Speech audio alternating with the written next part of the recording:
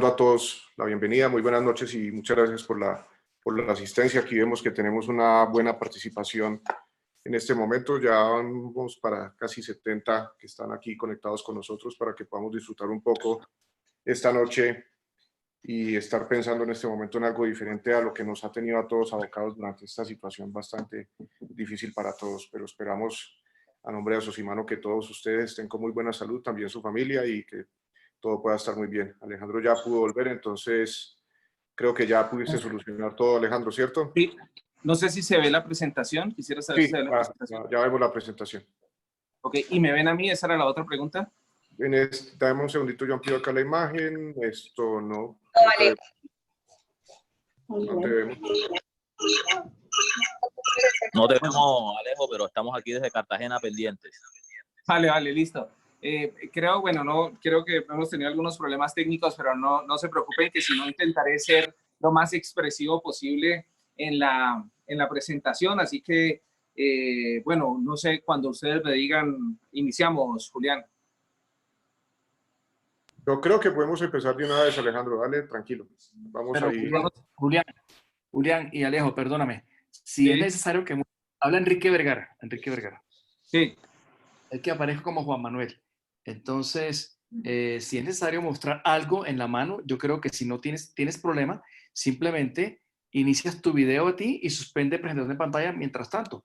Puede ser a mitad de la presentación o al final, como tú decidas. Vale, perfecto. Sí, esa puede ser una buena opción. Esa es una opción. Vale, Julián, tú me dirás entonces cuándo arrancamos. Quedo pendiente. Yo creo que ya estamos listos. Ya tenemos 74 personas conectados y ya estamos todos listos y podemos empezar de una vez, Alejandro. Entonces, de una vez, dale. Bueno, nada, primero agradecerle a la Junta Directiva de Sosimano y a todos sus miembros y a todos, por supuesto, estar aquí y haberme invitado a hablar un poco de un tema que para mí es una pasión, ¿no? Pero creo que en estos momentos que estamos, creo que esto es lo que más extrañamos, podernos reunir con nuestros amigos, y hoy, bueno, en la distancia lo vamos a hacer y vamos a intentar hablar de una cosa que es el vino. Sobre todo, yo sé que aquí hay expertos de vino y hay unos que saben muchísimo de vino, pero creo que también hay muchos que saben poco y ellos poderlos introducir, y aquellos que saben mucho, pues aquí les daré algunos tips que posiblemente sean de importancia para ustedes. El vino, ustedes lo pueden ver ahí, es una solución hidroalcohólica con un mundo de cosas, pero lo que quiero resaltarles ahí es que tiene más o menos unas 500 sustancias minerales orgánicas en estado sólido, líquido y gaseoso, de las cuales más de un centenar son volátiles y olorosas. Eso hace entonces que el vino sobre todo sea una expresión olfativa, sea una expresión visual y sea una expresión gustativa. Y eso es lo que vamos a hacer en esta cata, intentar oler estos vinos, verlos y probarlos y saber cómo realmente se hace una cata. Un vino es básicamente esto: se toman las uvas después de que se cosechan y se exprimen o se estrujan o se deshacen. Esto se hace artesanalmente, ustedes lo pueden ver aquí, pero hoy en día pues se hace en estas máquinas industriales en las cuales lo que se hace es exprimir todas estas uvas que son recogidas de cada uno de los viñedos. Esto lo que va a formar es esto, un jugo de uva fermentado básicamente.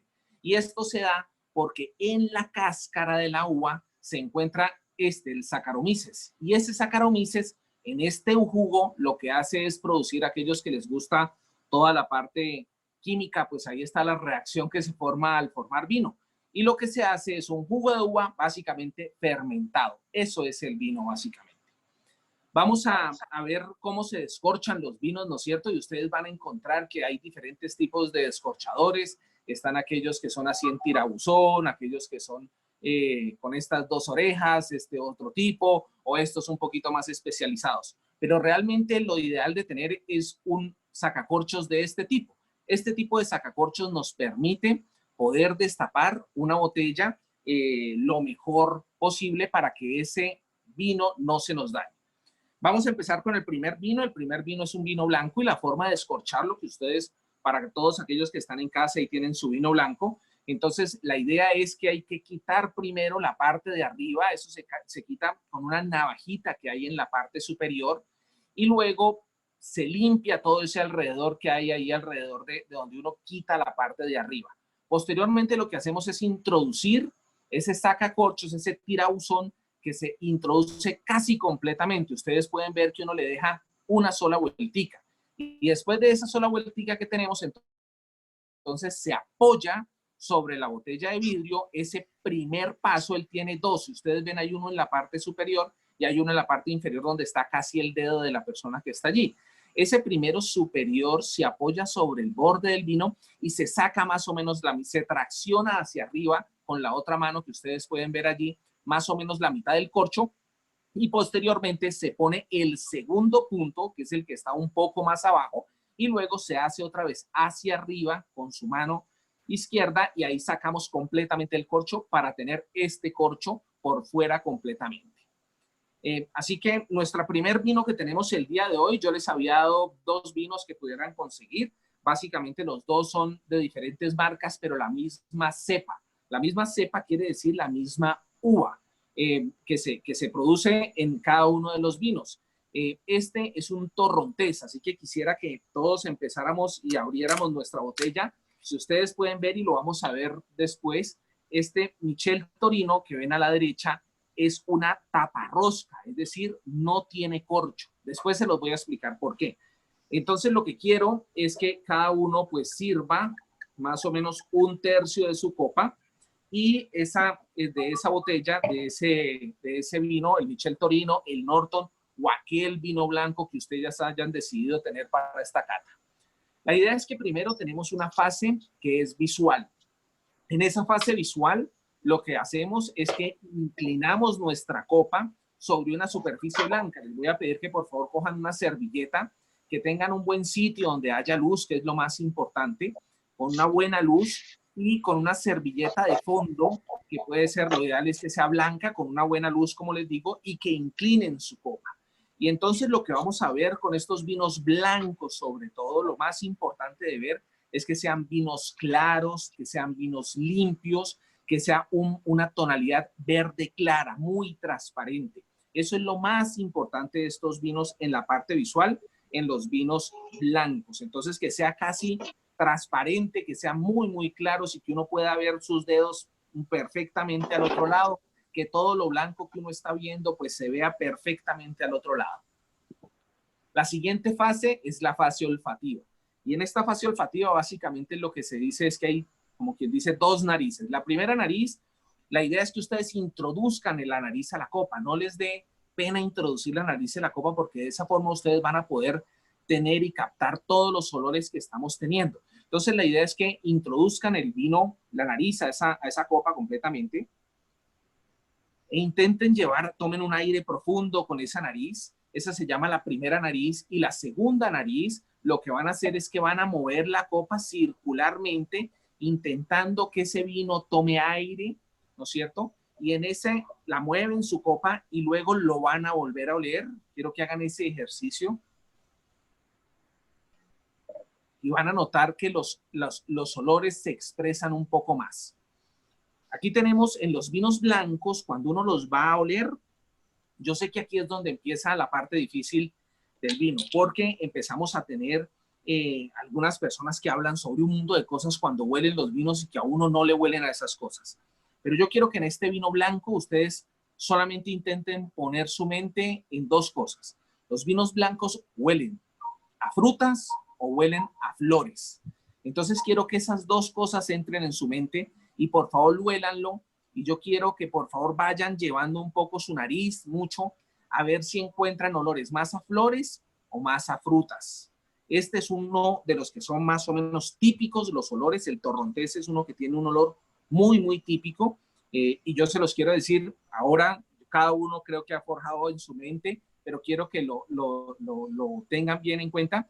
Este es un vino que huele a flores. Entonces, quiero que vayan por allí, es decir, vuelvan a olerlo. Si les pareció que era a frutas, no importa, vuelvan a olerlo, vuelvan a meter su nariz allí y miren a ver si les huele y entonces nos vamos a ir a que es una flor, ¿ok?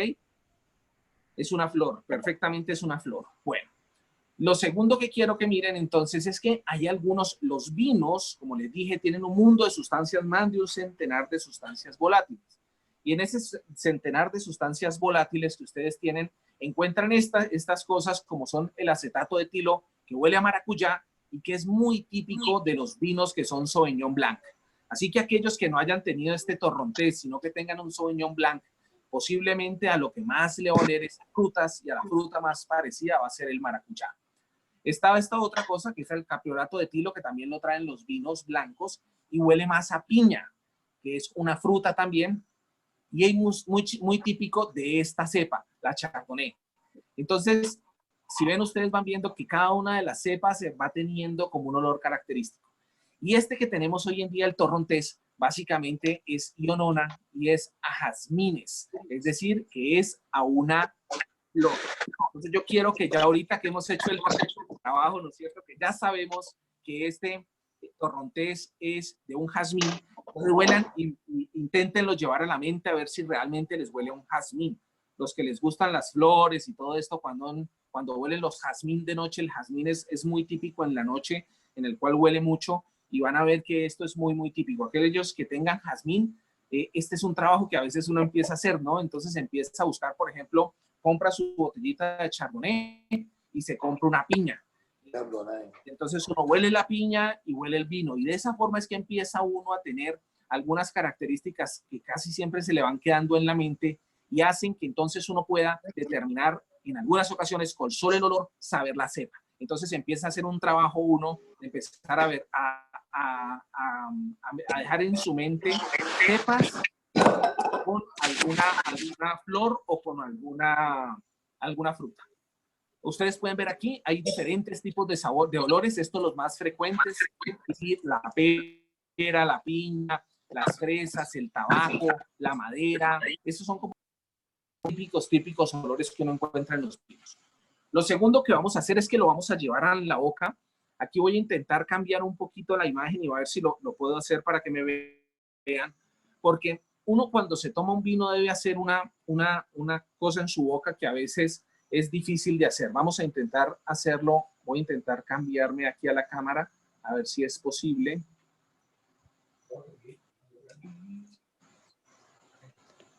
No, si te pipí. Te oí. Creo que no me ven, ¿cierto? No, todavía no. Sí, te estamos viendo, pero la pantalla está pequeña. Ya, ok. Si intento activar el video, pero no me... Ahí está bien, ahí está bien. Listo, Alejo, ahí te estamos viendo bien. Ok, vale, perfecto. Bueno, lo que quiero que hagan con el vino, que es muy importante para tomarlo, entonces, es que van a introducir un poco de vino en su boca, lo van a pasar a través de toda la parte, como un buche en la parte anterior, en la lengua, en todas partes, se la pasan, van a tomar un poquito de aire, este es el pedazo difícil que a veces hay que hacer, entonces tomen un poco de aire y se toman ese vino con el aire. Y posteriormente lo que hacen es que devuelven el aire por la nariz sin abrir la boca. Voy a intentárselos explicar, entonces vamos a hacerlo, ¿ok? Entonces tomamos un poco de vino.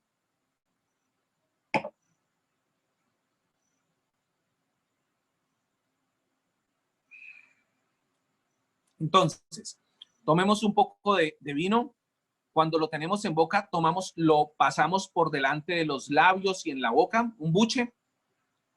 Toman un poquito de aire y luego se toman el vino con el aire y luego devuelven el aire por la nariz. No sé si lo pudieron hacer. Pero esa es la forma de tomar el vino, ¿ok? Sí, sí, excelente. Bueno, vamos a ver nuevamente, entonces vamos a volver nuevamente a la presentación. Y esa es la forma en la cual es diferente, no es completamente diferente, porque cuando yo hago ese ejercicio en el cual tomo mi vino y lo devuelvo, lo que estoy haciendo es que puedo determinar ese sabor más en boca. Cuando yo ya lo devuelvo, lo que empiezo a poder saber es a qué me sabe ese vino. Y la otra cosa que me puede saber a muchas cosas, me puede gustar, no gustar, me puede parecer que es muy ácido. que no es tan ácido, y eso lo va determinando uno comparando otros vinos. En los vinos blancos uno lo que busca principalmente es la acidez, y que sea una acidez balanceada. Cuando uno le dice acidez balanceada es difícil explicarlo, pero cuando uno se toma muchos vinos, entonces uno encuentra en los vinos blancos, sobre todo, que hay algunos que tienen una acidez muy poquita y hay otros que tienen mucha acidez. Digamos que cuando uno ya empieza a tomar vinos es que se da cuenta cuál es muy ácido y cuál no es tan ácido. Y eso hace entonces que ustedes puedan determinar luego si tienen una acidez intermedia y que esa acidez intermedia sea muy buena para su boca, sea rica en su boca. Entonces ahí es donde uno dice tiene una acidez balanceada. ¿Ok? Quiero saber si están en la presentación allí otra vez, ¿cierto?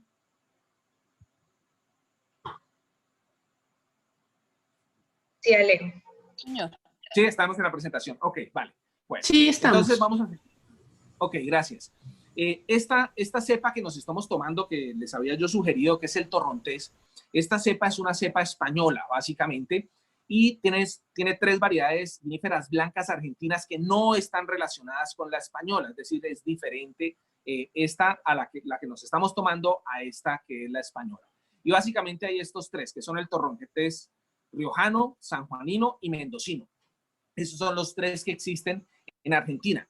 Y esta es la torrontés riojano, es la más difundida en todas partes. Hay algunos estudios pues, genéticos que muestran que esto no es una cepa única, sino que es un cruce de 2 cepas, que son el moscatel de Alejandría y la criolla chica, y se considera la cepa argentina blanca emblemática. Y en esto quiero darles algunos tips en los cuales uno es como cuando uno dice que es la cepa emblemática de un sitio, de una región o de un país, eso hace que es donde mejor se hace. Entonces, para poner un ejemplo, si yo quiero tomarme un ajiaco, pues el ideal sería tomármelo en Bogotá. Si yo quiero comerme una bandeja paisa, lo ideal sería comérmela en Medellín. Esto es lo mismo, y entonces hay algunas cepas que se dan mejor en algún país que en otro. Por ejemplo, esta que es una blanca emblemática argentina, pues se dará muy bien en Argentina. Lo mismo que el Malbec de Argentina, lo mismo que el Cabernet Sauvignon y el Carmener de Chile, o el Tempranillo en España. Y entonces uno empieza a saber cuál es la cepa emblemática de un país, y eso hace que cuando uno vaya a ese país o cuando uno quiera comprar una botella que sea de un país específicamente, pues es ideal comprar la cepa emblemática de ese país, porque digamos que tengo cierta seguridad en la cual sé que será su mejor presentación. Efectivamente hay excepciones y habrá países que producen 2, 3 o 4 cepas muy buenas, pero eso más o menos en regla general hace que uno no tenga pierde al comprar una botella de estas. Este torrontés argentino pues se hace en suelos muy secos, son aromáticos y como les dije, ofreciendo notas a jazmines básicamente. Hoy que tenemos este torrontés y aquellos que tengan oportunidad de oler un jazmín, inténtenlo hacer y el día de mañana si la vuelven a tomar, inténtenla oler ese jazmín y van a ver que empieza a encontrar una relación. Y de esa forma cuando me sirven una copa de vino, yo huelo a jazmín, yo de entrada yo ya sé que es un torrontés y eso ya lo tengo en mi mente y es la forma de ir aprendiendo un poco más de vinos. Estos tienen una acidez moderada baja, es decir, que este vino no es tan ácido, tiene una acidez bastante buena y el final es más bien amargo. Esa es una de las cosas que tiene, es decir, cuando yo devuelvo mi aire por la nariz, me queda un sabor medio amargo en la boca y eso es lo que quiero que hagan, intenten volverlo a hacer. Ustedes que están allí en cada uno de sus casas, tomen la copa, hagan el ejercicio, vuelvan a tomar un trago, vuelvan a pasarlo, devuélvanla con aire, devuelvan la nariz y miren a ver si primero la acidez y segundo si sienten ese poquito de amargo al final cuando ya devuelven la nariz y lo están probando nuevamente en boca. Una copa básicamente tiene algunas partes, una de ellas es la boca, que es la parte de arriba, el cádiz, que es la parte como del centro, el tallo, que es la parte de abajo, y por último la base, que es lo que compone la parte inferior. Y el nivel de llenado normalmente debe ser esto, es decir, más o menos 1/3 de la copa. Entonces siempre intenten llenar cuando van a servir 1/3 de la copa, no más de 1/3 de la copa, porque de esa forma yo voy a poder verlo, es decir, voy a poder inclinar mi copa y voy a poder ver las tonalidades que se están presentando. Segundo, cuando yo lo vaya a mover o lo vaya a airear ese vino, pues efectivamente voy a tener mejor forma de que pueda moverlo. Si está muy llena, pues posiblemente se me riegue. Y tercero, pues para ir tomándolo mucho más fácil. La forma de tomar la copa, muchas veces vemos esto, y cuando el vino, recuerden que yo les dije que enfriaran un poco sus vinos, y efectivamente porque esto es una combinación, acuérdense que es un jugo de uva que está fermentado, es decir, tiene una composición alcohólica. Cuando se calienta, lo primero que va a suceder, cuando uno pone las manos así sobre la copa, lo que va a suceder es que se va a calentar el vino. Y al calentarse el vino, lo primero que se va a evaporar es el alcohol. Entonces, cuando yo lo voy a oler, me va a oler mucho, mucho alcohol. Yo no sé, en algunas partes y en algunos sitios venden vino caliente, en el cual tienen el vino y entonces lo calientan, y ese vino, lo que uno hace cuando lo va a oler inmediatamente es que golpea muy, muy el alcohol, y eso hace pues que la parte olfativa se pierda completamente. Así que idealmente no deben tomar la copa así, siempre tomarla por el tallo, es decir, por donde está la parte larga de la copa, o por la base. Ustedes ven en la parte de la base que está poniendo uno como si pusiera la copa en la mano sobre los 4 dedos y la presionara con su dedo pulgar. En hay que hacer un ejercicio que siempre hay que saberlo hacer, porque eventualmente cuando uno se ha tomado más de varias copas, lo primero que empieza a hacer es quebrar todas las copas. Así que les recomiendo que más vale lo cojan como está en el lado izquierdo. Estas copas son muy bonitas, muchos los tienen en casa, se regalan, muy finas por cierto, pero estas copas pues no son las ideales, porque estas copas pues usted no va a poder ver el vino que se está tomando, no va a poder moverlo, posiblemente son de bocas muy anchas, y eso hace que se vaya a regar completamente el vino. Hay copas y efectivamente, como en todos los sitios hay marcas, ¿no? Y a veces nos gusta, aquellos que somos medio gomosos del vino, pues también nos gusta tener nuestra copa. Tampoco es que sean muy costosas, pero estas son como las dos marcas más famosas, que son la Riedel y la Spiegelau, pero pues uno puede tener cualquier copa que cumpla con algunas condiciones. Esas condiciones, básicamente ustedes pueden ver ahí hay 3 tipos de copa. La copa de la izquierda es una copa que se utiliza más para vino tinto, que es un poco más ancha que la de la derecha, que es para vino blanco. Y esta copa lo que hace es que sea un poco larga y ustedes ven que uno pueda introducir la nariz. La de vino blanco es un poco menos angosta y la boca un poco menos ancha, porque realmente los olores que tiene el vino, como les dije, blanco, no van a ser tan expresivos como los del vino tinto.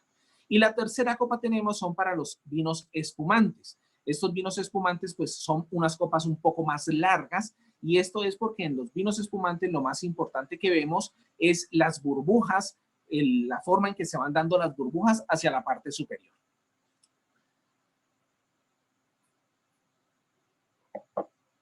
Probando un poquito de vino, pero bueno, sigamos. Entonces, los vinos están clasificados como del Viejo Mundo y el Nuevo Mundo. Los vinos del Viejo Mundo son aquellos vinos que están en la parte superior, que son los vinos que se produjeron pues desde hace muchos años, y son todos los vinos que ustedes pueden ver ahí, que se ve un poquito morado en la presentación, que son los vinos europeos. Pero en esos se incluyen en todos los que son del Viejo Mundo, es decir, que son por tiempo. Y los de abajo son los del Nuevo Mundo, lo mismo que los que están en Estados Unidos, Sudáfrica y Australia. Estos vinos que se denominan del Viejo Mundo y del Nuevo Mundo, si ustedes ven, tiene una característica, es que se están dando en unas latitudes especiales. Es decir, ¿se acuerdan de la parte de latitud y que son la parte de arriba? Y esta latitud se da hacia arriba en 30-50 y hacia abajo entre 20 y 40, aunque ahí dice 30-50 también. Eso quiere decir que los vinos están necesariamente influenciados por las estaciones. Es por eso que los vinos que están en el centro, que son los vinos los que son lo que es el trópico, es muy difícil que uno tenga un buen vino, y la razón es porque está en un sitio en los cuales las condiciones climáticas no se dan. Los vinos se dan con unas ciertas estaciones y tiene algunas características para que eso se dé, que no las tenemos en el trópico. Nosotros en el trópico tenemos climas diferentes, y por eso es que hacer vino en la parte tropical es un esfuerzo gigantesco. Aunque se hacen realmente en relación precio-calidad, lo que hacen son vinos muy costosos de muy baja calidad. Y hoy que tenemos una distribución de vinos en todo el mundo, donde tenemos, nos traen mucho más vinos que antes, efectivamente vamos a encontrar vinos que tienen un precio-calidad mucho más bajito que otros que posiblemente se puedan hacer a nivel del trópico con un precio-calidad supremamente alto. Pero cuando uno habla de vinos del Nuevo Mundo, son aquellos que se produjeron en los últimos años, y los del Viejo Mundo son los europeos, básicamente.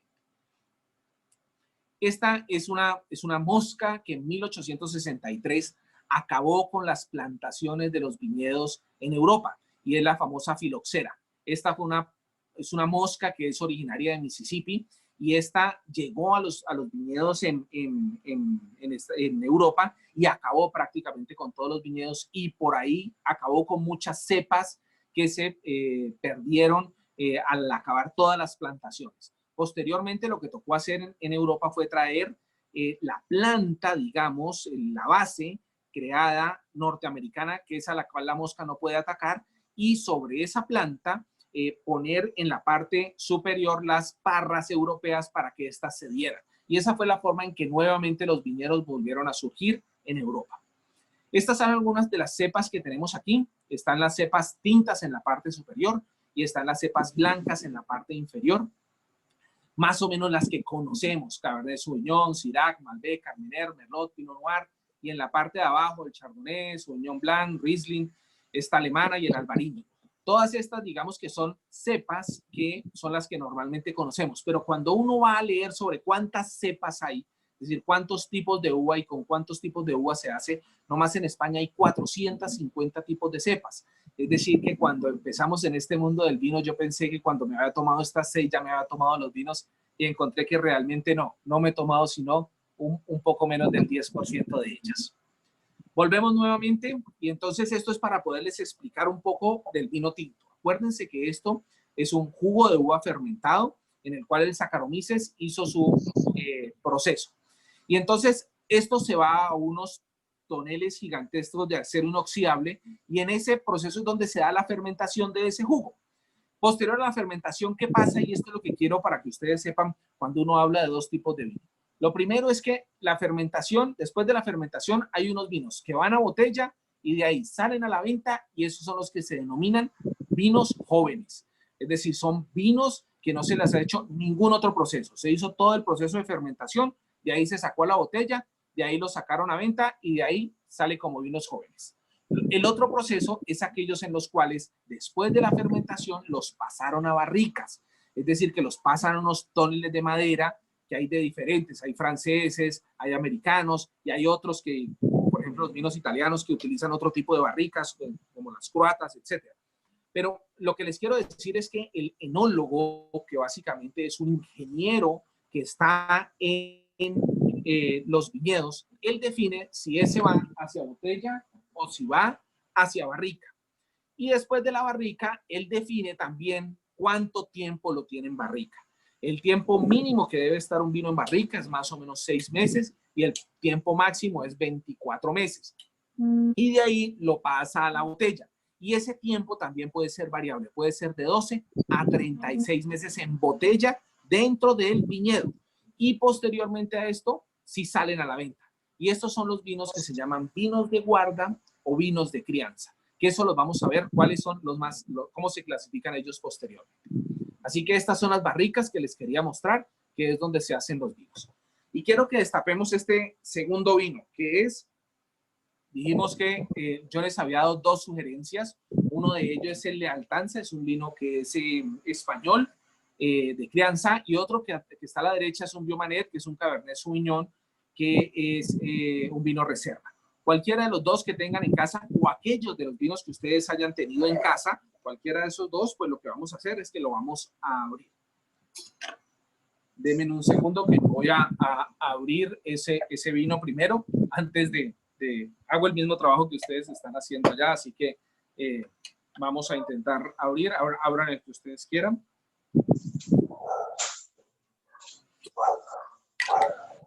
Dentro de cuando uno quiere cambiar los sabores de un vino, por ejemplo, de un vino a otro, pues lo ideal es comer algo en medio de esos dos vinos, ¿no es cierto? Entonces podemos tener pan, por ejemplo, es una de las cosas que hace que le cambie el sabor.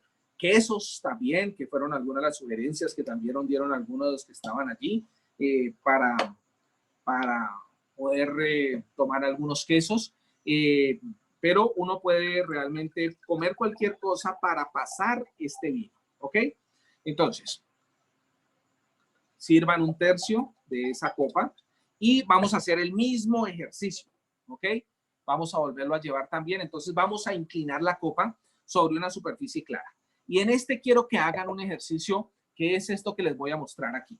Cuando uno inclina la copa en los vinos tintos, entonces uno lo que hace sobre esa superficie blanca que ustedes ven es, lo primero que van a ver es la parte que está periférica de la copa, es decir, lo que se ve periféricamente, es decir, me refiero a esto que están viendo ahí en azul. Entonces, eso que están viendo en azul es como un menisco, si ustedes lo quieren ver, a todos los que somos aquí ortopedistas, pero bueno, los que son cirujanos plásticos, cirujanos de mano también saben de rodilla, ahí está, y ustedes pueden ver que uno tiene meniscos, y en esos meniscos, eso que se ve ahí en todo alrededor del centro, entonces, ese menisco que ustedes pueden ver es cuando inclinan la copa en los vinos tintos, y entonces uno puede decir que ese menisco va como de las 3 de la tarde a las 9 de la noche, como de 3 a 9. Yo quiero que cada uno lo haga en cada uno de los vinos que tiene allá, más o menos en el crianza, en el vino lealtanza, se ve más o menos como desde las 2 como hasta las 10. Esa U que ustedes pueden ver. En la medida que el vino es un vino joven, es decir, acuérdense que no ha pasado por barrica, son como los que se ven muy, muy oscuros, que no se ve como en la tercera fila, la segunda imagen. Entonces son muy, muy oscuros y uno no va a ver ese menisco que hay alrededor. Y en los vinos que han pasado por barrica, lo que va a encontrar es lo que veíamos allí a mano izquierda, que es en la segunda fila, la primera, o lo que les señalé en azul, que es un vino que se ve en el centro muy claro y en la parte de afuera muy, muy oscuro. Entonces, de esa forma yo puedo decir, este vino posiblemente pasó por barrica y ese otro que estamos viendo allí, que es muy, muy oscuro, posiblemente no pasó por barrica. Los vinos que no pasan por barrica, por lo general uno le puede poner los dedos por detrás y uno no puede, acostando la copa, por supuesto, no se ve ni siquiera sus dedos. Pero aquellos vinos que han pasado un poco más de tiempo por barrica, cuando uno los acuesta, puede verse los dedos un poco más claro. Lo segundo que quiero es que se lleven este vino a nariz. Primero lo huelan y luego lo muevan un poco y hagamos nuevamente el mismo ejercicio. Y en este vino lo que vamos a encontrar entonces son tipos de sabor, de olores. Y estos olores, posiblemente los que pasan por barrica, son olores que son más como a madera, como a vainilla, como a cuero, ¿ya? Y aquellos otros vinos que no han pasado por barrica tienen posiblemente un olor un poquito más a vinos con olores a frutas, como fresas, como cerezas, como frambuesas. Más o menos ese es el olor que encuentra uno en este otro tipo de vinos que no han pasado por barrica. Entonces, aquellos que tienen vinos que han pasado por barrica, es decir, lealtanza, van a encontrar ese. Y en el Vieux Manet van a encontrar lo otro, olores más a fresas, posiblemente a frambuesa, y ese es más o menos el olor característico. Lo segundo que vamos a hacer es lo mismo, hagan el mismo ejercicio, tomen nuevamente un poco de vino en su boca, toman un poco de aire y luego lo pasan primero, perdón, por toda la boca, segundo pasan ese poco de aire y se toman ese vino con aire y luego lo devuelven por nariz. Vamos a hacer ese ejercicio.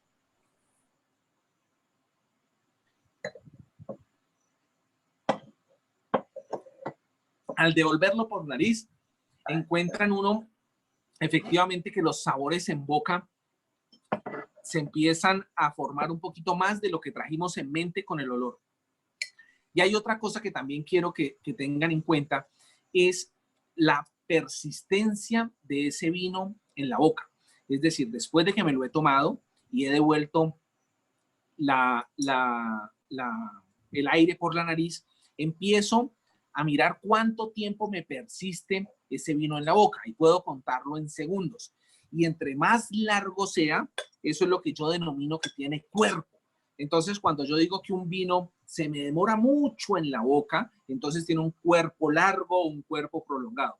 O aquel vino que yo lo tomo y me pasa muy rápidamente, no me quedó en la boca nada, entonces quiere decir que tiene un cuerpo muy ligero. Es decir, que conté por ahí hasta 1, 2, 3, 4 y ya desapareció el sabor. Quiere decir que ese vino tiene un cuerpo ligero y por lo general esos vinos son los vinos jóvenes.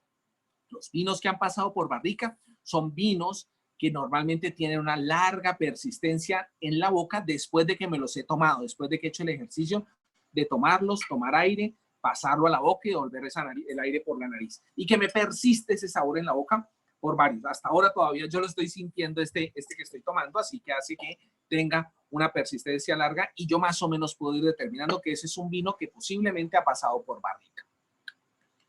Los vinos, y ahí ustedes lo pueden ver, se clasifican en vinos de casa, se denominan, o de cosecha, o de la fecha, otros crianza, otros reserva y gran reserva.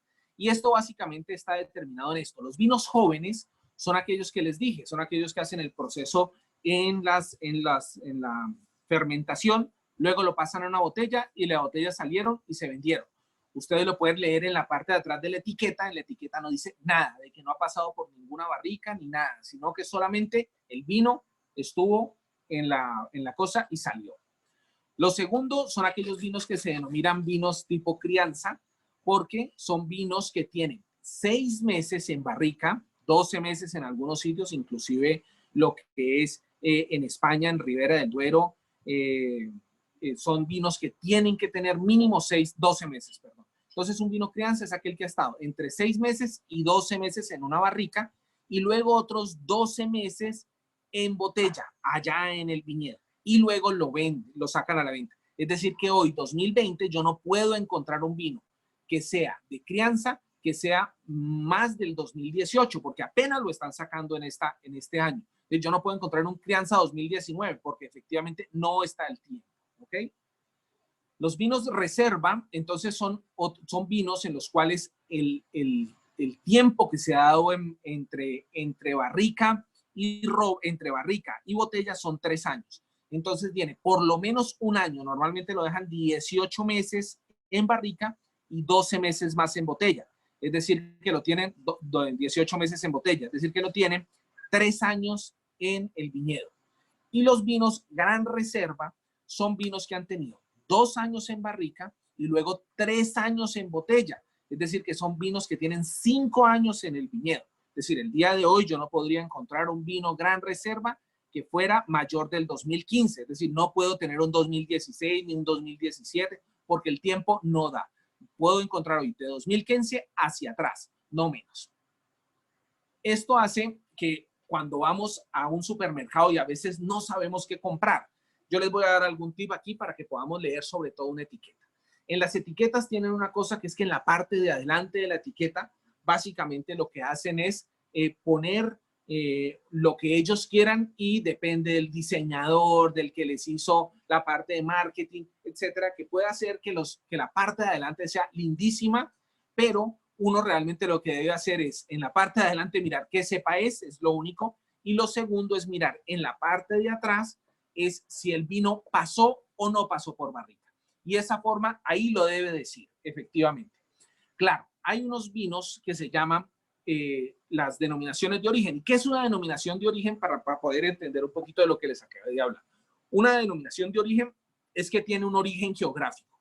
Cuando uno habla de una botella con denominación de origen, quiere decir que allí la tiene en un punto geográfico. Aquí les puedo mostrar uno que está a la derecha, Ribera del Duero. Entonces, los vinos de Ribera del Duero son denominación de origen. ¿Por qué? Porque tienen ciertos componentes de las cepas, es decir, de allá los productores todos de Ribera del Duero tienen que hacer su vino con 80% de tempranillo, 10% de garnacha y el otro 10% le pueden, 15% de garnacha y el otro 5% lo pueden cambiar. Es el único que les dan un poquito de cambiar, pero tiene que ser en un 95%, 80% tempranillo, 15% garnacha. Lo siguiente es que sea un modo de cultivo, es decir, todos lo tienen que hacer igual, en la misma fecha tienen que sembrar, en la misma fecha tienen que recoger, en la misma fecha tienen que fermentar y en la misma fecha tienen que pasar a barrica y a venta. No pueden salirse de eso. Y eso hace pues que la categoría de estos vinos pues tengan mejor calidad porque se están haciendo en forma uniforme en una región. Efectivamente, cuando uno ve denominaciones de origen en España, ustedes ven aquí hay otra, Rías Baixas, Cataluña, y ahí les puedo poner todas las que ustedes quieran. Hay casi 45 denominaciones de origen en España. Pero esto tiene una cosa muy importante, es que no está solamente en España, está extendida por toda Europa. Esas denominaciones de origen, cada uno le pone su nombre diferente, pero son denominaciones de origen dependiendo del sitio donde se haga. Pero esas denominaciones de origen tienen un consejo regulador y ese consejo regulador es una autoridad.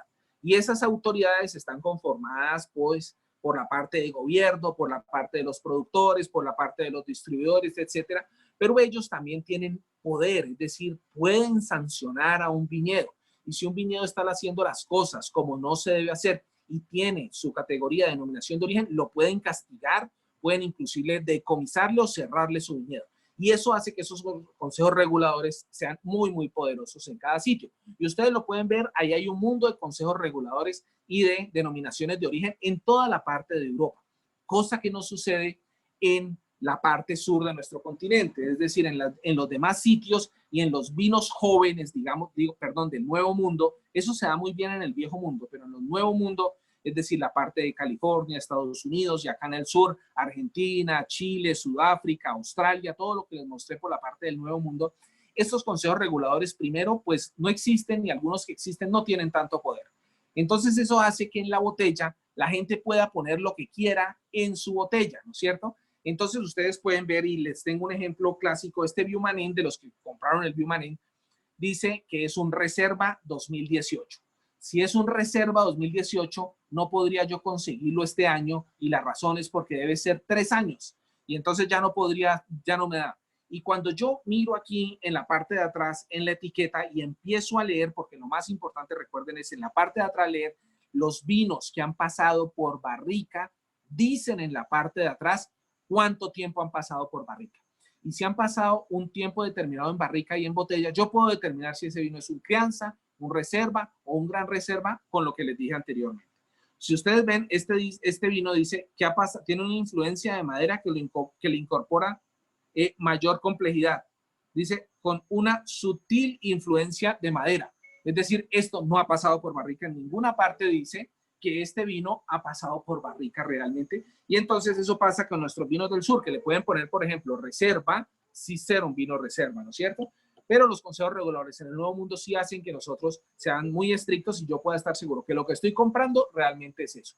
Y ahí pueden ver ustedes que tienen cada uno, por ejemplo, en España tienen sus etiquetas. Entonces, en muchas ocasiones, los que compraron, por ejemplo, el Lealtanza Crianza, en la parte de atrás tiene una etiqueta que es roja y que dice crianza, o tiene una etiqueta morada que dice reserva, o una azul que dice gran reserva. Y eso es lo que le dice a uno que ese vino realmente sí tiene las calidades que yo quiero. Efectivamente, hay otros sitios, por ejemplo, los vinos franceses. Cuando yo cojo una botella de vino francés y miro su etiqueta, a veces quedo un poquito más despistado, porque los vinos franceses a veces tienen solamente una etiqueta en la parte anterior y no tienen etiqueta en la parte posterior. Y entonces yo me quedo solamente con una etiqueta en la parte de adelante, donde ustedes ven a mano izquierda, que realmente no me tienen ninguna información. Aquellos que hablan francés, ahí está Enrique y está, bueno, hay varios. Está el doctor Méndez, está Elkin, etcétera. Si ustedes ven, ahí esa información que nos da esa etiqueta, no me dice nada, absolutamente nada, si pasó por barrica, si no pasó por barrica. Entonces, pues ellos lo que dicen es que soy yo el que debo saber. Ellos no me tienen que dar la información. Entonces, cuando yo veo que dice Premier Grand Cru Class, eso quiere decir que es una categoría especial que ellos tienen, que es la más alta categoría que hay. Y eso lo tendría que yo saber. Entonces, cuando uno empieza a leer un poquito, entonces ya empieza a saber que este vino es un vino, pues, el top de vino, lo mismo que tenemos a la derecha, el Chateau Petrov, que vemos ahí a la derecha. Y entonces, esas que dice solamente Grand Vin, y con eso yo ya tengo que saber que ese vino está en una categoría especial y ellos no me brinden información. Así que en las botellas a veces es difícil poderlo saber solamente en las francesas, pero en las demás debe decir los meses que ha pasado por barrica. Hay una paradoja francesa, y es que Francia tiene una de las dietas más altas de contenido en grasa, sin embargo, una de las tasas más bajas en enfermedades cardiovasculares. Y como ustedes pueden saber, francés sin jamón y vino no vale un comino, y posiblemente esta sea la respuesta a toda su disminución de sus enfermedades cardiovasculares, y es el vino. Los decantadores son estos utensilios, el utensilio que ustedes ven ahí a la derecha. El decantador, ¿cuándo se utiliza? Que en muchas ocasiones no sabemos para qué se utiliza. Y son aquellos vinos que han pasado por barrica. Es decir, aquellos vinos que hemos pasado por la barrica, que dice en la etiqueta de la parte de atrás. Y estos vinos se deben pasar primero aquí y se deben dejar idealmente por ahí una media hora.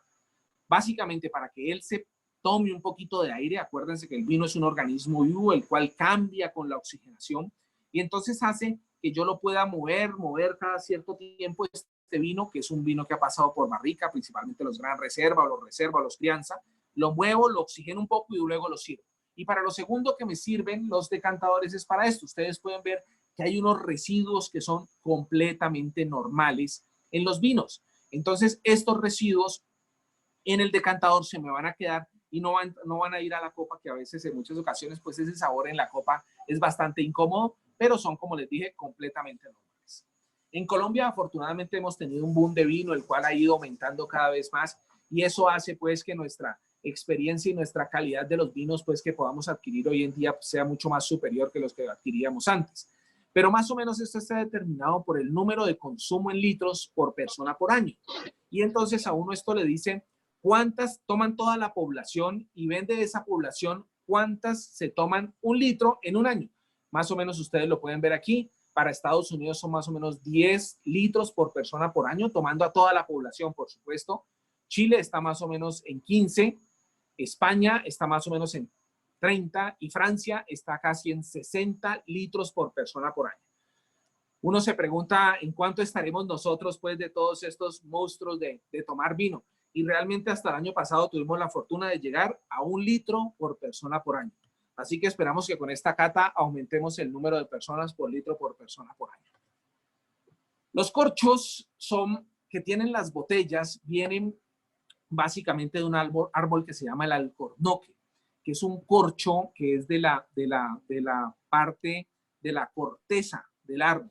Estos corchos, hay aquellos que han ido a Popayán y los que no los invito, por supuesto, en el centro, en el parque, hay árbol de alcornoque y entonces uno puede ir y tocar ese alcornoque y coger un pedacito inclusive de corcho, pero está difundido en muchas partes, ¿no? Efectivamente este alcornoque, y de esto son esos corchos que se hacen, y esos corchos que ustedes ven ahí que en la primera diapositiva arriba que dicen natural, quiere decir que son corchos que se les ponen a las botellas que han pasado por crianza.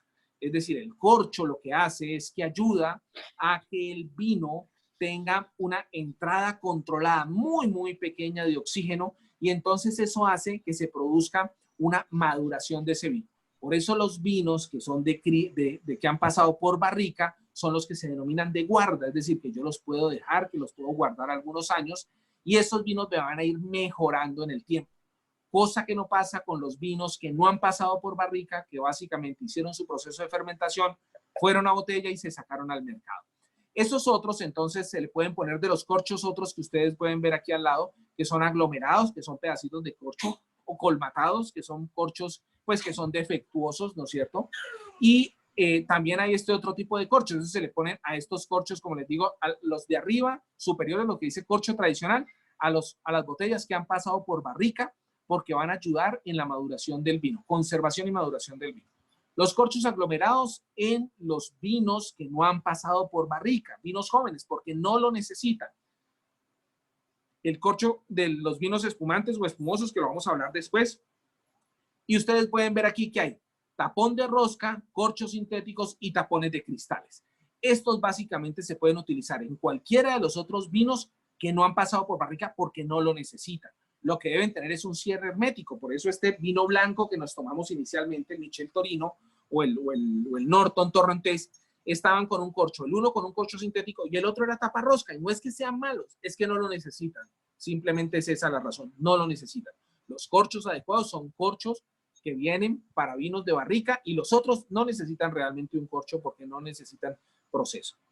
Esta es una de las cosas que nos pasa en los restaurantes y es que nos pasan el corcho después de que uno en una botella y en muchas ocasiones yo no sé qué hacer con ese corcho. Bueno, uno le pasan el corcho básicamente para ver. Primero, si ustedes ven, él está acostadito. Si yo he pedido un vino que ha pasado por barrica y que lo han tenido conservado en el restaurante en forma adecuada, es decir, lo han tenido acostado ese vino y ese vino le han estado dando algunas vuelticas de vez en cuando, hace que tenga húmedo el corcho homogéneamente en la parte de abajo. Eso es lo primero que yo debo ver, que el corcho sea homogéneo en la parte de abajo, toda su humedad. Eso es lo primero. Lo segundo que hago es que toco la consistencia del corcho. Estamos hablando de corchos que son para vinos que han pasado por crianza, barricas, es decir, que han tenido guarda. Estos son para este tipo. Para los otros no necesito ponerme a ver estas cosas. Entonces, si yo pido un vino que ha pasado por barrica, debo verle, primero, verle que sea homogéneamente húmedo en la parte de abajo. Segundo, la consistencia, es decir, que yo lo toco y ese corcho no se me va a deshacer en la mano, que lo puedo apretar y no se me va a dañar ni se me va a deshacer en la mano. Porque si ese corcho yo lo deshago al apretarlo, quiere decir que ese corcho posiblemente me dejó pasar más oxígeno del necesario y ese vino puede estar oxidado y dañado. Y lo tercero que veo es que lo debo oler. Y básicamente lo huelo es para que me huela a vino, no debe oler a nada más. No, uno no es que empieza a ver que hay olores, qué tipo de olores hay. No, el corcho debe oler a vino y nada más. No debe oler a moho, no debe oler feo, no debe tener olores desagradables. El corcho debe oler a vino, no más, no debe hacerse nada más. Entonces, cuando les pasen un corcho en un restaurante, esas son las 3 cosas que deben hacer. Cuando se tomen un corcho, cuando se tomen un vino,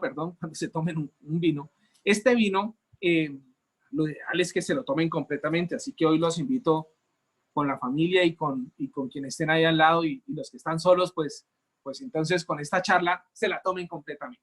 Pero si necesitan guardarlo, los vinos idealmente, acuérdense que sufren un proceso de oxidación con el oxígeno. Entonces estos vinos lo ideal es que si uno los va a guardar, si no se los tomó completamente esta noche, lo que deben hacer es, ustedes ven ese aparatico que hay y ese es un extractor de oxígeno. Ese extractor de oxígeno es un aparatico que venden en todas las partes donde venden vinos. Uno pone en la parte superior como una caperucita que ustedes ven allí y luego con ese extractor de vino lo que hago es que lo pongo encima de él y le hago como bombeo, como si fuera para inflar bicicleta. Los que inflamos bicicleta, los jóvenes pues no lo sabrán, pero es cogerlo hacia arriba y hacia abajo y sacar el oxígeno de esa botella. Y esa caperuza que está allí, ella queda allí haciendo el efecto de vacío y sacando el oxígeno. Cuando no tengo estos implementos, pues simplemente lo que hago es que le vuelvo a poner el corcho, ¿no es cierto? Y lo meto en la nevera. Es decir, debo bajarle la temperatura y debo quitarle el oxígeno.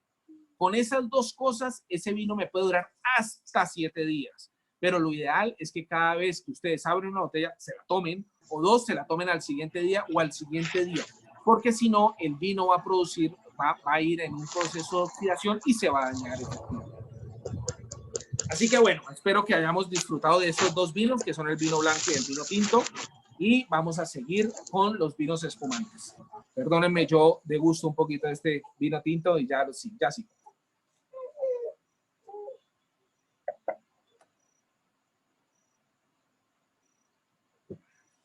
Bueno, muy bien. Los vinos espumosos, entonces, básicamente, Napoleón lo decía, que eran merecidos en la victoria y necesarios en la derrota. Es decir, que siempre son indispensables. Hoy tenemos que es un JP Chenet, pero en nuestro medio hoy encontramos muchas marcas, posiblemente la más conocida es Codorniu, pero encontramos muchas marcas y podemos adquirir en muchas partes diferentes tipos de espumantes de diferentes regiones. Posiblemente esto es lo que más nos gusta y estamos asociados los vinos espumantes a abrirlos y que el corcho salga volando inmediatamente y se derrame gran parte de esa botella, pero lo ideal es que eso no suceda. Han sucedido accidentes e inclusive cuando inicialmente estos empezaron, muchos de los que cuidaban de estos vinos perdieron los ojos porque los corchos no eran adecuados y se estallaban completamente y se iban a los ojos. Entonces, ¿cuál es la forma adecuada de destapar estos espumantes? Entonces, ustedes lo ven allí. Lo que hay que hacer es primero, él trae como un seguro, ese seguro en la parte de arriba. Lo que uno hace es que se lo quita primero, manteniendo un dedo pulgar. Ustedes lo ven ahí en la segunda imagen abajo, manteniendo el dedo pulgar para que el corcho no pueda salir. En muchas ocasiones la botella se ha movido y ese gas está concentrado y quiere salir, y lo primero que hace cuando uno quita el primer sujetador de ese vino, entonces lo que hace es que sale volando. Entonces siempre tener ese corcho con el pulgar. Lo siguiente que hacemos es que cogemos con la mano, ustedes ven el pulgar apoyado en la parte superior y el índice en la mitad, y lo que hacemos es que empezamos, tenemos el corcho, y lo que hacemos es que empezamos a girar la botella en forma circular. Y al girar la botella en forma circular, van a ver que el corcho les empieza a empujar la mano poco a poco, hasta que sale y queda en nuestra mano. De esa forma, ese corcho primero no sale disparado, no podemos causar un accidente, y segundo, no se nos va a derramar absolutamente nada de ese vino. Esa es la forma de destaparlo. Este vino pues se debe a este señor, Pierre Perignon, que afortunadamente este señor en 1657, tenía 19 años, decidió ingresar a un convento de monjes benedictos en esta abadía, en esta ciudad, en la ciudad de Verdún, y él básicamente en 1668 se volvió el tesorero de la abadía cerca a esta ciudad. Y entonces él empezó a cuidar sus vinos. Acuérdense que los vinos están muy asociados a la parte religiosa, y él empezó a encontrar que allá se creaba un vino que era turbio y con gas, y empezó cada vez a mejorarlo y a mejorarlo, hasta que llegó un momento en el cual se dio cuenta, y este fue su grito de expresión: venid pronto, estoy bebiendo las estrellas. Así que gracias a él encontramos que los vinos espumantes aparecieron, y hoy encontramos esto que es de la viña no de Chandon, el Dom Perignon, que era el que les tenía. Aquí está, esta era para la cata presencial, les tenía una botella cada uno. Desafortunadamente pues esta cata se hizo así, pero bueno, para la próxima ojalá que la hagamos presencial y les pueda ya entregar esta botellita de Dom Perignon a cada uno. Este de Dom Perignon, que es el más famoso de los espumantes, está hecha, o casi todos están hechos así, están hechos por 3 cepas, los espumantes están hechos por 3 cepas. Casi siempre son estas: Chardonnay, Pinot Noir y Pinot Meunier. Claro que hay otros, ahorita les voy a explicar un poco. El Chardonnay es una cepa blanca, es una uva blanca con pulpa blanca. El Pinot Noir es una uva tinta de pulpa blanca, y el Pinot Meunier es otra uva tinta de pulpa blanca.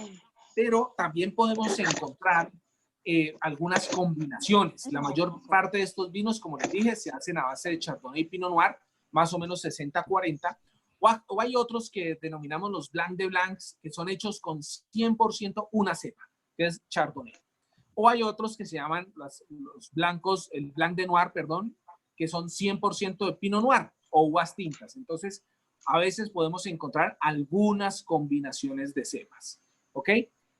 La clasificación se divide por su método de gasificación, es decir, de cómo se preparan. Ellos básicamente hacen el mismo proceso, son 3 procesos. El tradicional o champenois se llama, que lo voy a explicar más adelante, es que una vez embotellado pasa una segunda fermentación para producir el gas, y este es considerado el de mayor calidad. El charmat es una segunda fermentación del vino, pero este se hace en grandes tanques. Cuando ya está gasificado, entonces se embotella. Efectivamente, este es más económico, es más sencillo, pero tiene un buen resultado. No quiere decir que sean malos. Inclusive este J.P. Chenet se hace por Charmat. Y el tercero son los gasificados, que se inyecta directamente gas al vino. Y esto pues se hace de manera industrial, y las burbujas obtenidas pues son unas burbujas muy gruesas, menos integradas que en los 2 procesos anteriores. Y esto es lo que vemos, por eso es que podemos encontrar vinos espumantes muy baratos y vinos espumantes con un precio un poco más alto. Pues se debe básicamente al proceso de gasificación que se hizo en cada uno de ellos. Una de las formas de saber, que en muchas ocasiones a uno no lo puede saber, es que si ustedes botean el corcho de los que ya abrieron sus espumantes, entonces vas a encontrar que aquellas que se hicieron por método champenois, entonces tiene una X, el charmat tiene un cuadradito y los gasificados tienen un punto. De esa forma hace que uno pueda saber más o menos qué método se utilizó.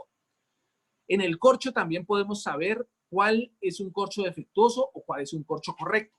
Cuando uno lo saca, ese corcho normalmente se expande en la parte de abajo, y es por eso que no podemos volver a poner el mismo corcho en la botella de espumantes que hemos puesto. Los corchos que son defectuosos quedan del mismo tamaño, no se expanden, y eso hace que sea un vino defectuoso y que uno pueda tener cierta consideración y mirar de pronto que ese vino ya no es el que era.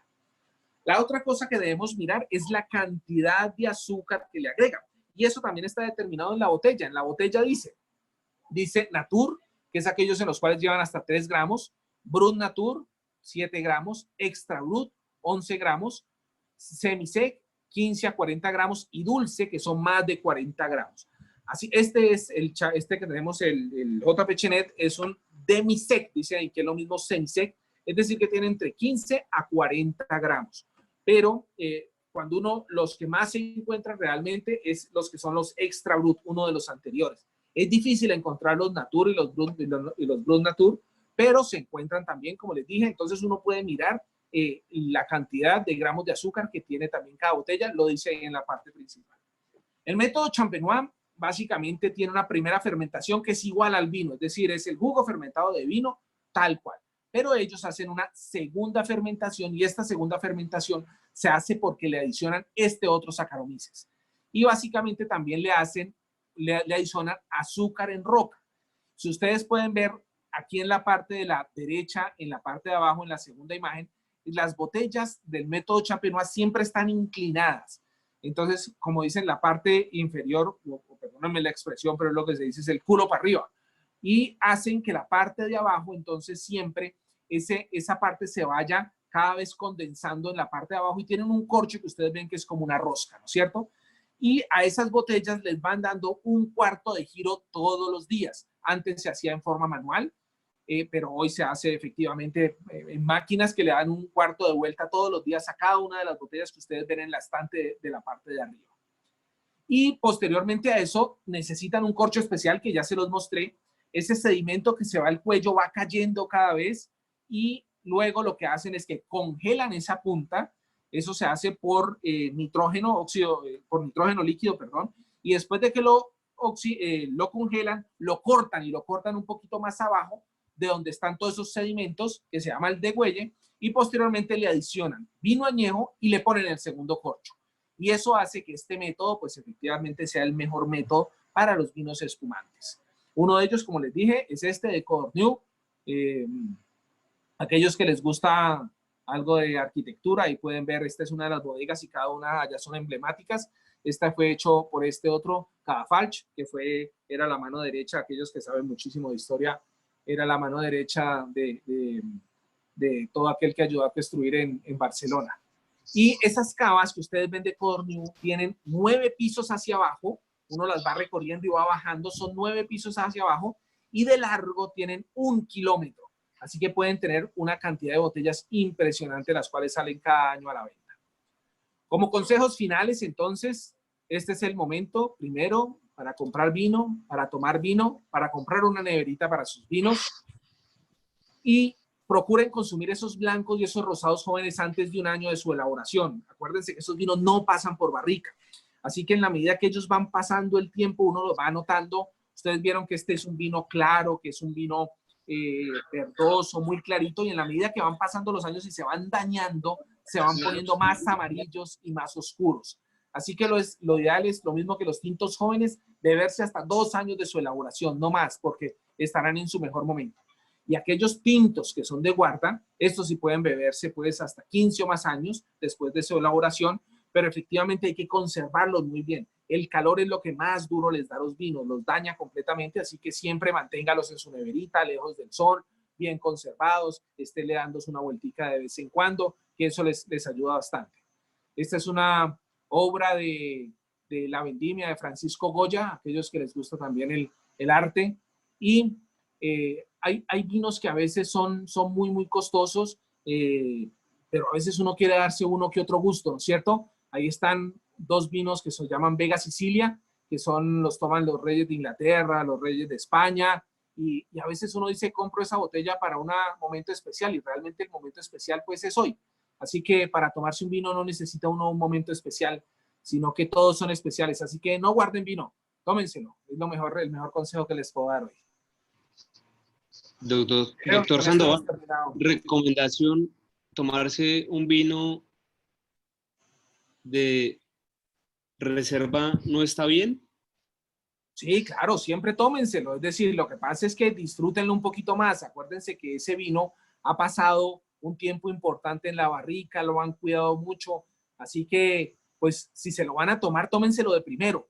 Yo siempre les aconsejo que los mejores vinos se los tomen de primero y realmente dejen el vino joven para el final, porque realmente uno, pues, no lo va a disfrutar mucho, ¿no? Cuando uno ya tiene 3 o 4 copas encima, ya no lo va a disfrutar mucho, ¿no? Así que idealmente, pues tómenselo siempre, ¿no? Y efectivamente, no se tomen 5 botellas de gran reserva, es decir, tómense una, porque efectivamente a veces no es tan fácil uno tomarse tantas botellas porque realmente en la boca se fatiga, ¿no?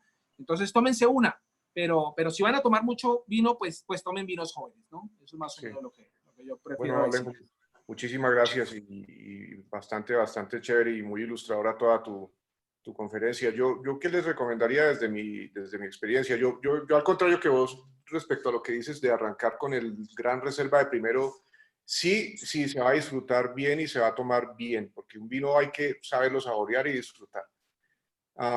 Pero si uno va a tener por ahí un plan de una parrillada, un asado, y va a estar con amigos y familia, mi recomendación es siempre arrancar con el vino joven primero para ir escalonando, porque si uno arranca con el mejor vino de entrada, ya los otros no le van a saber tan bueno. Entonces es mejor ir escalonando, en mi opinión, para que uno pueda disfrutar un poco más los vinos. Pero de acuerdo contigo que uno no debe tampoco sacar más de 2, 3 botellas, porque no lo va a disfrutar y no es la idea. Yo hablo mucho con un tío mío que el hombre es también fanático de los vinos y esto es un proceso de aprendizaje para todos de mucho tiempo, porque Alejo, esto buenas no noches. lo coge con Una cosa. mucho, y él me dice, vea, Acompañarnos. el vino es el que le guste a uno. Yo que le recomiendo a todos, El mejor vino es el que más le gusta a y uno. es respecto a el vino el que le guste a uno. No tiene que usted comprarse la botella más cara, porque dentro de la variedad de vinos que hay vinos que son extremadamente costosos, y a veces uno se compra el vino más caro y no lo disfrutó tanto y no le gustó tanto, y a veces se sorprende uno y compra un vino barato y le saca uno más gusto. Entonces, pues es bueno ensayar y probar muchos vinos y saber cuál más le va a gustar, pero no siempre tiene que pensar en que es que me voy a dar la pela comprar el vino más caro para tomarme un muy buen vino, sino el que a usted le guste. Y cada quien sepa cómo acompañarlo bien y cómo disfrutarlo bien y disfrutarlo, porque la idea del vino es saberlo disfrutar. Eso es como la opinión que yo tengo desde mi muy humilde punto de vista de lo que yo he aprendido de vinos, que llevo ya unos cuantos añitos también en esto. Pero pues la idea es que se puedan disfrutar, porque hay de todo, y uno a veces se sorprende y uno a veces compra una botella porque uno se va para el mercado y dice, bueno, no voy a meterle tanta plata a un vino, entonces voy a comprar este que no es tan caro, y se sorprende uno y se compra un vino muy bueno. Y a veces uno se da la pela y resulta que el vino o salió picado o no está tan bueno y dice uno, boté la plática, qué tristeza. Entonces es como mi consejo para todos. Pero pues esos son mis comentarios que quería como agregar. Pero muchas gracias, Alejandro, la verdad bastante ilustradora, tu charla fue bastante enriquecedora, y lo que queríamos nosotros para todos esta noche era que todo el mundo se desconectara de toda esta tensión que hemos estado sintiendo con este tema. Ha habido muchos webinars de temas académicos que han sido de bastante calidad, muy buenos, y nosotros lo que queríamos para estos días, para todos, era que se desconectaran y pensaran en algo completamente diferente, y pues aparte de todo aprender un poco. Y dentro del mundo del vino todo es perfecto y para mí me encanta y es un gusto también. Y pues muchísimas gracias, Alejo. La verdad es que no tenemos palabras suficientes para agradecerte de este webinar tan bueno, y bueno, aquí con mi esposa nos quedan unos cuantos vinos todavía para disfrutar, entonces aquí estaremos un rato más disfrutando de estos vinos y discutiendo un poco del tema de los vinos. Muchas gracias, Alejandro. No, muchas gracias a todos. Espero que se cuiden mucho. Espero que cuando nos reunamos ninguno falte, que es lo más importante. Así que solo quiero que se cuiden mucho, que muchas gracias a la Junta Directiva por haberme invitado a hablar un poquito de este tema que, como lo dije al principio, es una pasión, y nos podamos tomar del vino juntos en el próximo congreso y podamos degustar un vino al próximo congreso. Solamente quiero dar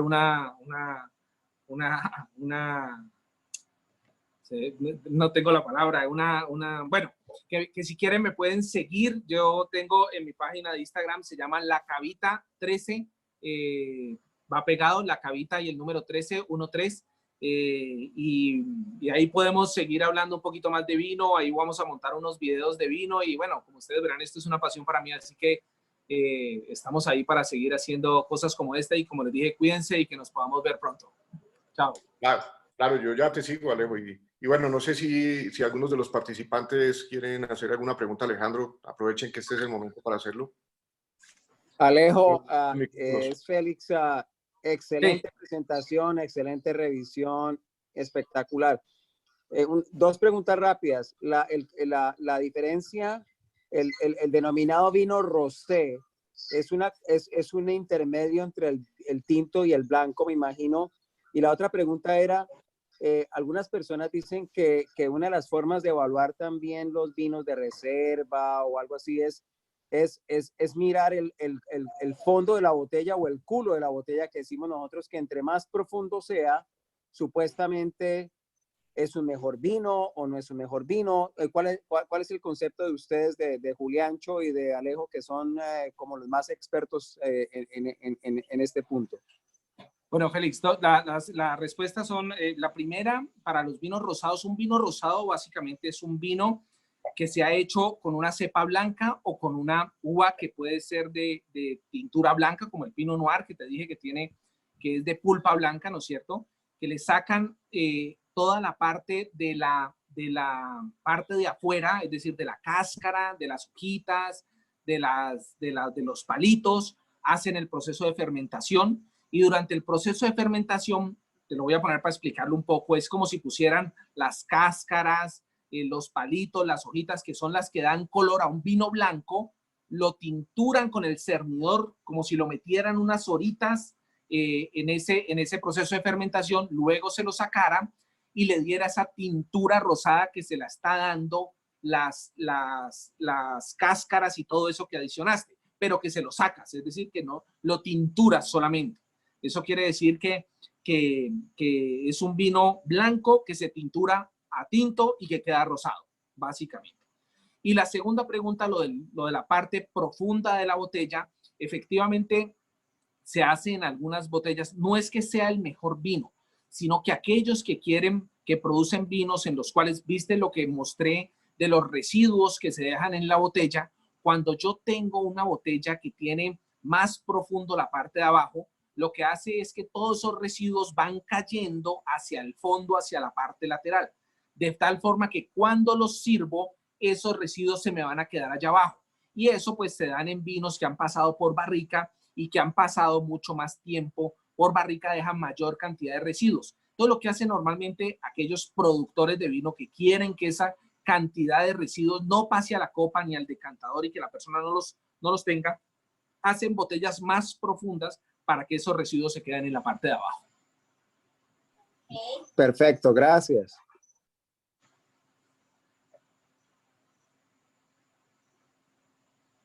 Bueno, ¿alguien más tiene alguna pregunta que quiera hacer aquí ya para la parte final del webinar o creo que ya todos quedaron con... Bueno, eso o me preocupa porque entonces significa que ya todos que no están en condiciones de hablar en vivo. Entonces no sé si alguien tiene alguna pregunta adicional para hacerle en este momento a Alejandro. Yo, doctor, una pregunta. Cuando se habla de una cava, estamos hablando que es un vino espumoso español. ¿Tiene alguna diferencia con respecto a lo que usted nos explicaba anteriormente de los vinos espumosos o solamente es porque es de esa región? Es efectivamente lo que estás diciendo, es decir, en cada sitio, acuérdate lo que les dije de denominación de origen. Denominación de origen es que yo tengo una marca registrada. Entonces, por ejemplo, los espumantes de Champaña, de la región de Champaña en Francia, se pueden llamar Champaña. Ningún otro que esté por fuera de esa región, que esté dentro de la denominación de origen y que cumpla con todos los criterios que ellos ponen allá el Consejo Regulador, se puede llamar Champaña. Los vinos espumantes en España, todos los vinos espumantes en España, todos los que se produzcan tanto en el norte como en el sur, efectivamente nosotros conocemos más los de Barcelona, ¿no es cierto? Que son los Codorniu, Freixenet, que son los que nos llegan. Pero hay muchos, ¿no? De este tipo, de todos los espumantes en España se llaman cavas. De todo el vino espumante de España se llama cava. Y es una denominación de origen de toda España. Entonces, todos los vinos espumantes de España son cavas. Lo mismo que todos los espumantes de la región de Champaña que sigan las formas en las cuales se hacen, se llaman champañas. Esa es la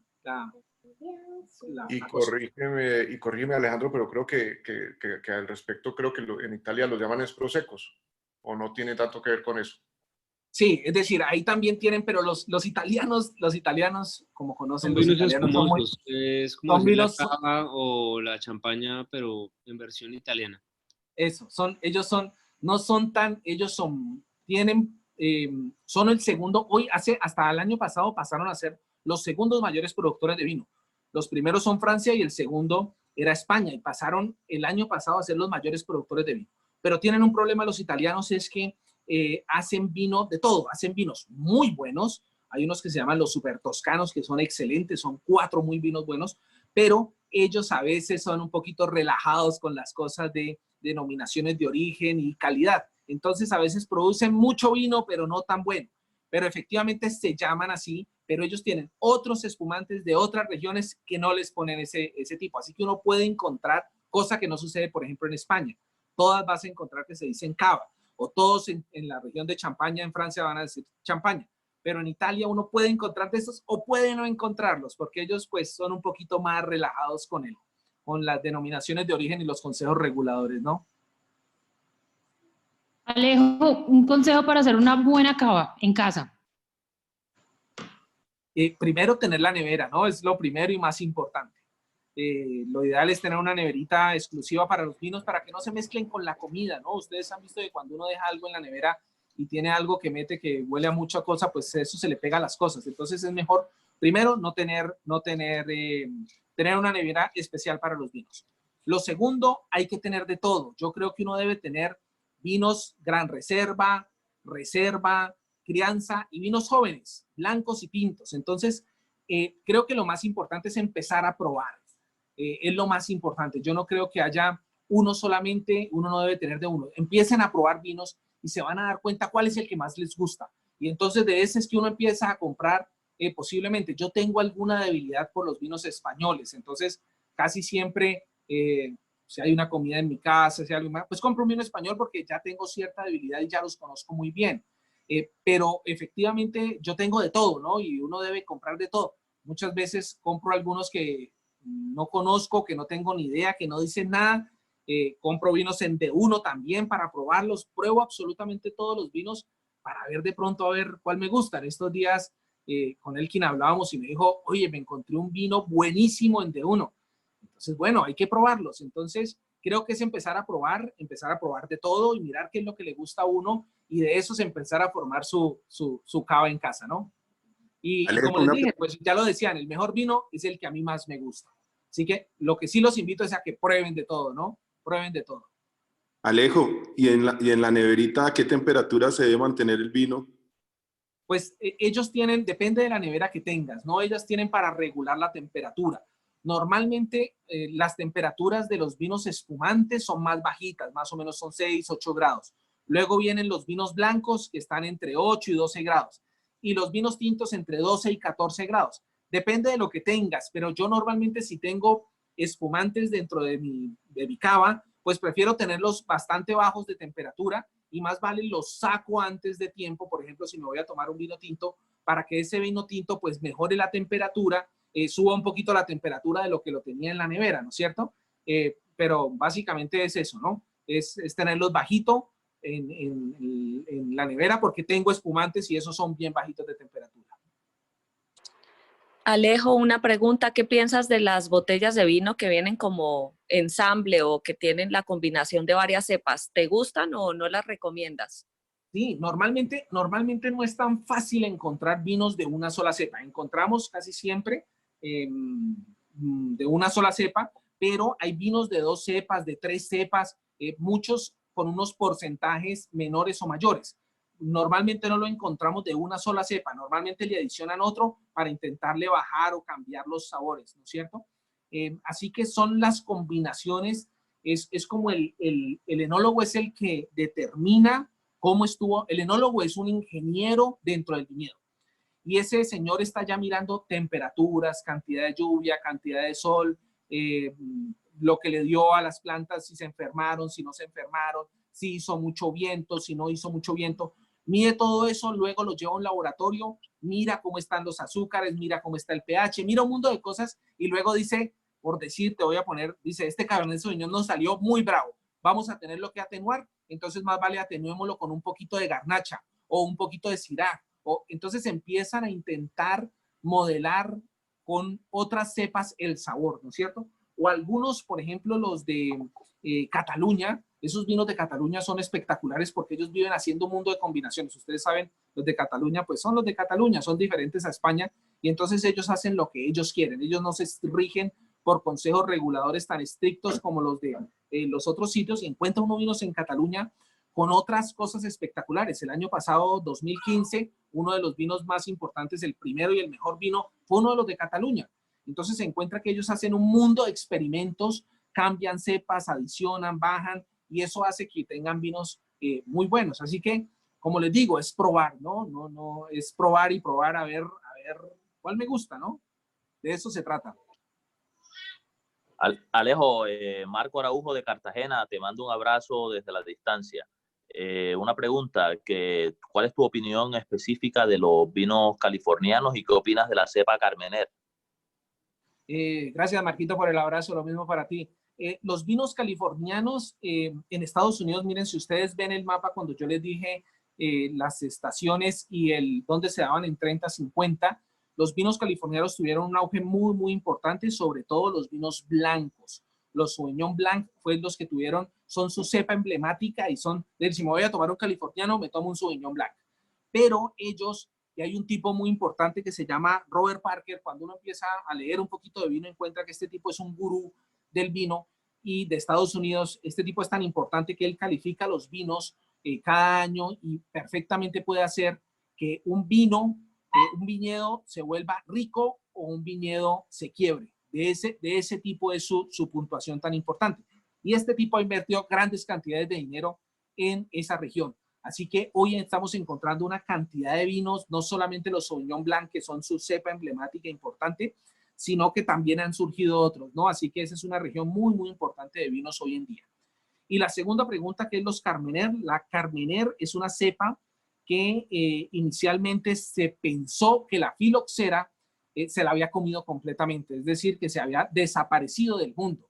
Y en Chile se estaban creando unos que decían que eran Merlot. Posteriormente, cuando vino el auge de Chile, vinieron algunos inversionistas de Europa y empezaron a probar este vino y ellos dijeron, esto no es Merlot, esto no sabe a Merlot y esto no es un Merlot, cosa que estaba produciendo hace varios años Chile. Hasta los años 90, es decir, hace poco, empezaron a hacer unos estudios genéticos y lo que encontraron es que eran Carmener.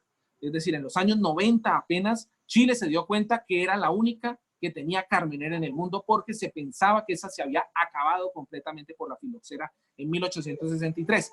Entonces, claro, efectivamente Chile, al ver que tenía un producto que nadie más tenía, pues empezó a producir Carmener hasta decir no más, y ese fue el auge del vino en Chile, afortunadamente. Y eso hizo que ese vino en Chile, el Carmener, tuviera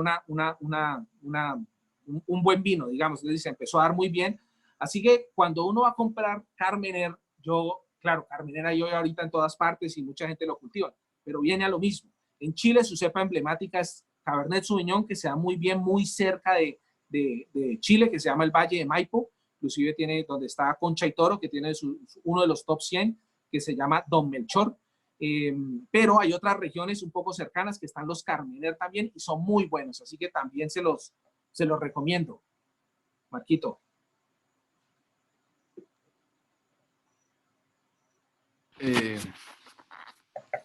Alejo. Sí.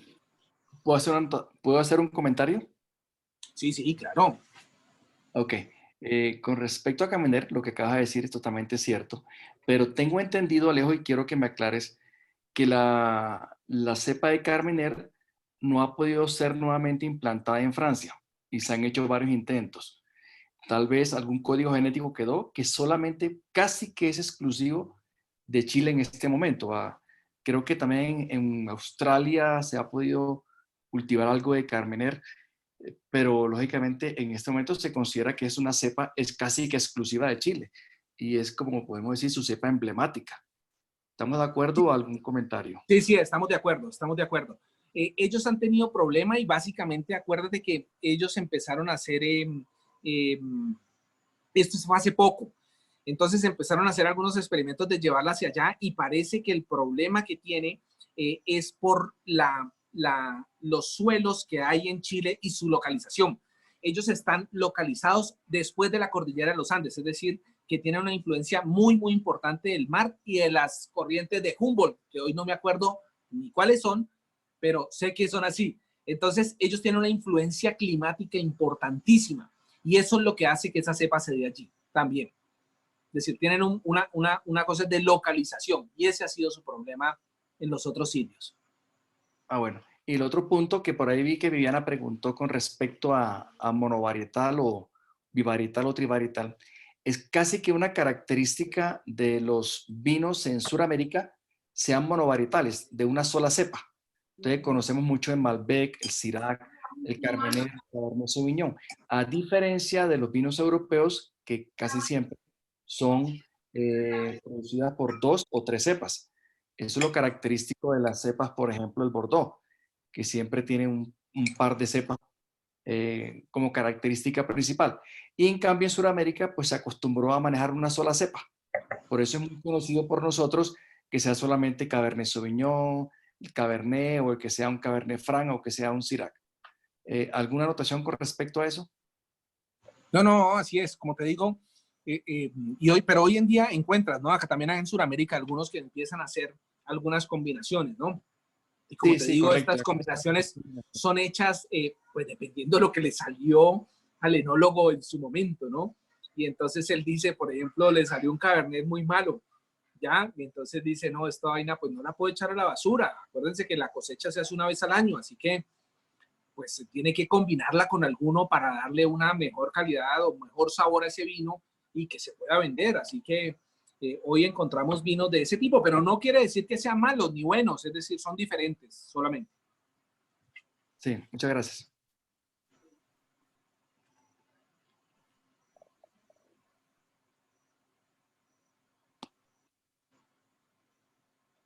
Bueno, pues Alejo, pues yo creo que ya quedaron todos con... Una pregunta. Ah, bueno, dale. ¿En qué influye el porcentaje de alcohol en la calidad del vino? Pues no influye en la calidad del vino, influye son en las botellas que te tomas y cómo te pones, ¿no? Por ejemplo, los vinos, y vuelvo y traigo el ejemplo de los de Cataluña, ¿no? Los vinos de Cataluña, normalmente los vinos, si ustedes los ven, vean en la botella, normalmente dicen en la parte inferior derecha, en la parte de delante de todos los vinos, está en la parte inferior derecha, adelante de toda la etiqueta. En la parte inferior derecha está el porcentaje de alcohol. Normalmente todos están entre máximo 13,5, 14, pero los de Cataluña normalmente están por encima de 14, 14,5, 15, 15,5. Así que, bueno, depende de eso, ¿no? De la cantidad que te tomas, pero realmente no influye, ¿no? Realmente no influye. Pero alguna vez en Argentina, allí en Mendoza, nos decían que entre mayor estuviera el vino en el tonel o donde lo fermentan, iba a tener un mayor porcentaje de alcohol y por lo tanto también eso iba a marcar si el vino era reserva, gran reserva. ¿Eso es cierto? No es cierto. Es lo que te digo, en la parte de Sudamérica no están los consejos reguladores y las denominaciones de origen y por eso tú puedes ver en las botellas, léelo y verás, te vas a dar cuenta que el término reserva, gran reserva, se lo ponen a cualquier botella, inclusive sin que haya pasado por barrica. El término básicamente está dado por el tiempo que pasa la botella en barrica. Se denomina crianza, reserva, gran reserva, o en Italia también se llama, también tienen su clasificación, no se llama así reserva, gran reserva, sino que se llama controlate, comandita. Bueno, ahí tiene cada uno digamos, su nombre, pero está determinado por el número de meses que pasa por barrica, ¿ya? Lo que pasa es que en Chile y en Argentina, en la parte inferior, no existe eso, y ellos utilizan mucho eso. Entonces ponen reserva un vino que no es reserva, no puso por barrica, y no es cierto, ¿no? Eso no es cierto, pero ellos lo hacen pues porque no hay un consejo regulador que haga que eso sea así. Alejo, una curiosidad. El uso de los aireadores o los ventiladores, porque como a veces mencionan de que sobre todo con el vino tinto, de que una vez que hay que dejarlo respirar, que hay que dejarlo oxigenar para que tome el tono verdadero del vino. ¿Cuál es el concepto con respecto a esos aireadores? Sí, entonces mira, tienes, lo primero es que todos los vinos que han pasado por barrica, lo ideal es que los lleves a un aireador o decantador, ¿no es cierto? Los decantadores son los que les mostré, que son largos, que tienen en la parte de abajo ancha, ¿no es cierto? Y eso lo que hace es que el vino entre en contacto con el oxígeno y eso hace que cambie completamente. Si ustedes pueden hacer la prueba, abran una botella que haya pasado por barrica, tómense una copa, primero servido inicialmente y luego lleven la botella al decantador, dejen que se oxigene y se vuelven a servir. Es otro vino completamente. Es decir, cuando se oxigena los vinos que han pasado por barrica, es otro vino. Perfectamente y son mucho mejores, ¿no es cierto? Hay unos aparaticos, no sé si te refieres a ellos, que se le ponen en la boca a las botellas, que son como unos aireadores rápidos del vino, digámoslo así, que oxigenan rápidamente el vino. Esos también, digamos que tienen un efecto, pero lo ideal, yo siempre les digo, es que utilicen el decantador. No está mal utilizar el otro, también se puede utilizar, pero mejor utilizar el decantador en vinos que hayan pasado por barrica. Hola Alejandro, ¿cómo estás? Con Gary Monclú. Quería preguntarte, ¿tú qué opinas de esos filtros que uno sirve para directamente en la copa, los aireadores? ¿Qué opinas de esto? Sí, es lo que les decía, ¿no? Esos filtros que se pueden utilizar también ayudan a airear un vino cuando no tienes decantador. No es que esté mal, ¿no? Están bien, también se pueden utilizar y creo que sirven, ¿no? Yo los he probado y realmente me parece que está bien, pero creo que tiene un cierto magia el vino cuando lo paso a un decantador, cuando lo dejo media hora, cuando lo estoy aireando cada cierto tiempo y luego me lo sirvo, ¿no? Yo creo que tiene algo de magia allí que para mí creo que es importante, pero no está mal, está bien y sirven, ¿no? Sirven y quedan bien. Yo los he utilizado en algunas ocasiones y van bien, ¿no? Gracias.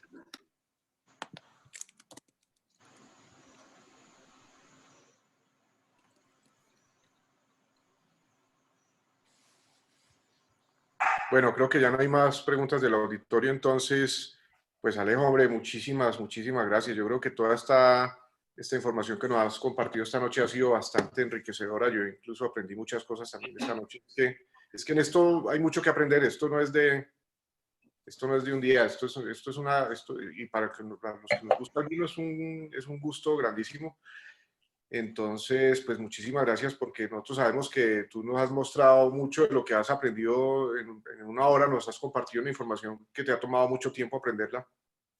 Entonces, ha sido muy valiosa. Yo les quiero recordar a todos que igual tenemos este webinar, lo vamos a subir a la página de Asosimano y también a nuestra página de YouTube para que todos estén pendientes por si quieren repasar alguna parte de la información que nos ha compartido Alejo. Lo pueden buscar y ahí va a estar y ahí nos va a quedar esto también para que todos lo recuerden y bueno, pues muchísimas gracias Alejo, en realidad muy buena información, muy buen webinar y estamos... Gracias a ustedes, gracias a la Junta Directiva por haberme permitido estar aquí compartiendo un poquito con todos ustedes que son mis amigos y como los dije, cuídense mucho que quiero seguir tomando vino con ustedes. Chao. Claro que sí, así será. Bueno Alejo, muchas gracias y a todos muchas gracias, una feliz noche y esperamos que sigan disfrutando aquí con los vinos que hemos tenido para esta noche. Una feliz noche. Hasta luego.